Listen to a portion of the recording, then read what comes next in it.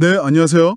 오늘 저희가 함께 살펴볼 자료는요, 학습 맥락에서 읽기와 쓰기가 어떤 역할을 하는지에 대한 교육학 연구들입니다. 단순히 정보를 읽고 쓰는 걸 넘어서 이게 어떻게 진정한 학습의 도구가 될 수 있는지 그 핵심을 좀 파헤쳐 보려고 합니다. 복잡한 정보 속에서 길 잃지 않고 여러분이 지식을 효과적으로 내 것으로 만드는 법, 그게 목표입니다. 바로 시작해 볼까요? 네, 반갑습니다. 오늘 주제 정말 흥미롭죠. 자료들에서 공통적으로 나오는 얘기가 바로 학습을 위한 읽기, 그러니까 reading to learn인데요. 이게 그냥 글자 읽는 법 배우는 거, learning to read랑은 완전히 다른 차원입니다. 보통 초등학교 한 3학년 이후부터 중요해지죠. 아, 네네. 뭐 즐거움을 위한 독서랑도 좀 다르고요. 핵심은 단순히 사실을 아는 걸 넘어서 그 학문 분야의 어떤 소통 방식, 그걸 담화관습이라고 하는데 그것까지 이해하면서 읽는 거예요. 아, 그러니까 그 분야의 언어 자체를 배우는 거랑 비슷하네요? 그냥 내용만이 아니라? 그렇죠. 정확합니다. 그럼 쓰기는 어떤가요? 학습을 위한 쓰기? 이건 어떻게 학습에 도움이 되는 거죠? 학습을 위한 쓰기는 배운 내용을 그냥 정리하는 걸 넘어서요. 자기 생각을 좀 더 명확하게 다듬고 그걸 자기 것으로 만드는 뭐랄까 굉장히 능동적인 과정이에요.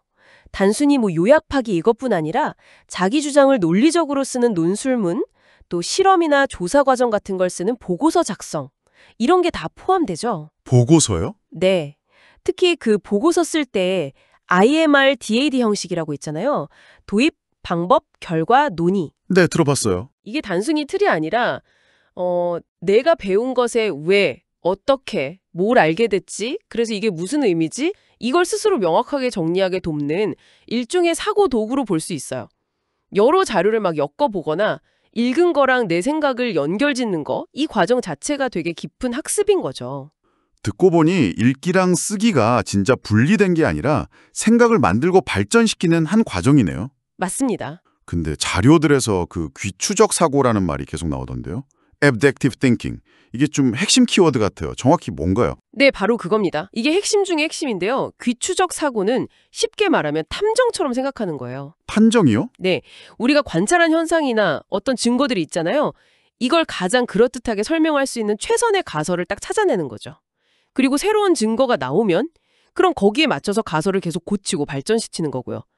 이 자료들은 바로 학습이라는 걸 이 외부 증거랑 내 안의 가설 사이에 어떤 역동적인 상호작용, 그걸 통해 지식이 점점 진화하는 과정으로 보고 있는 거예요. 와, 탐정 비유하니까 확 와닿네요. 그럼 아직 잘 모르겠다는 상태가 그냥 모르는 게 아니라 가설을 세우고 탐구를 막 시작하는 되게 능동적인 출발점이 되는 거네요. 그렇죠. 바로 그거예요. 실패가 아니라 시작인 거죠. 그래서 이 관점은 단순히 지식을 아는 인지적인 차원뿐만 아니라 새로운 정보에 좀 열려있고 합리적으로 탐구하려는 그런 태도, 정의적 행동적 차원까지도 중요하게 봐요. 태도까지요? 네. 예를 들어서 귀추적 글쓰기 학습 모형 같은 걸 보면요. 글을 한 번에 완벽하게 쓰려고 안 해요. 일단 초고를 써보고 동료들하고 막 피드백을 주고받아요.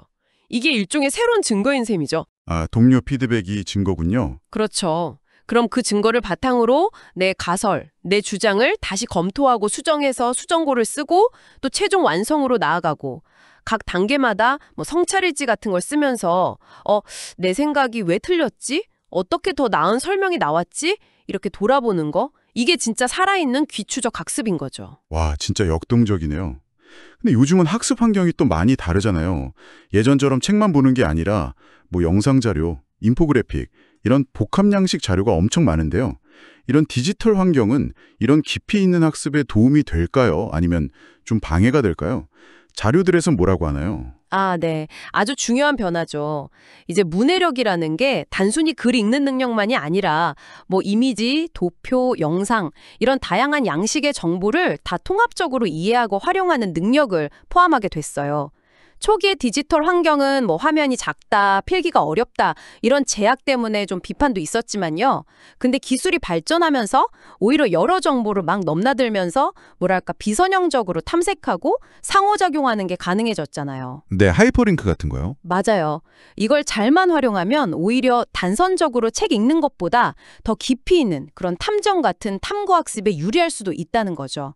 실제로 피사나 PIRS 같은 국제평가들도 이런 변화를 반영해서 컴퓨터 기반으로 또 복합 양식 자료를 활용하는 쪽으로 바뀌고 있고요. 아, 그렇군요.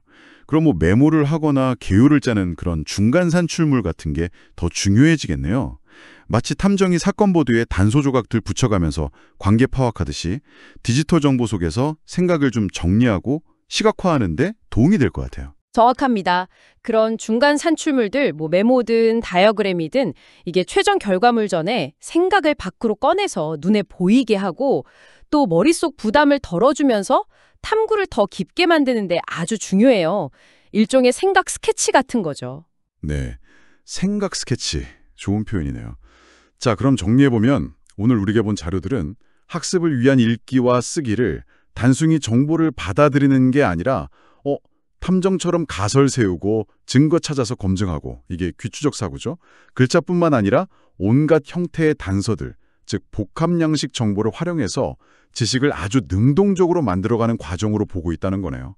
이 관점이 여러분 각자의 학습 방식에 어떻게 연결될 수 있을지 한번 생각해 보시면 좋겠습니다. 네.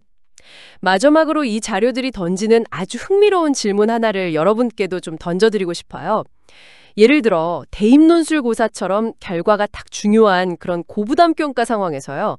오늘 우리가 이야기한 이 과정 중심의 깊이 있는 학습, 그러니까 귀추적 사고를 통한 이해의 심화 과정을 과연 어떻게 제대로 평가할 수 있을까요? 최종 답안 너머에 있는 그 학생의 치열했던 탐구 과정 자체의 가치를 우리가 어떻게 알아보고 또 인정해 줄 수 있을지 한 번쯤 깊이 고민해 보시면 어떨까 합니다.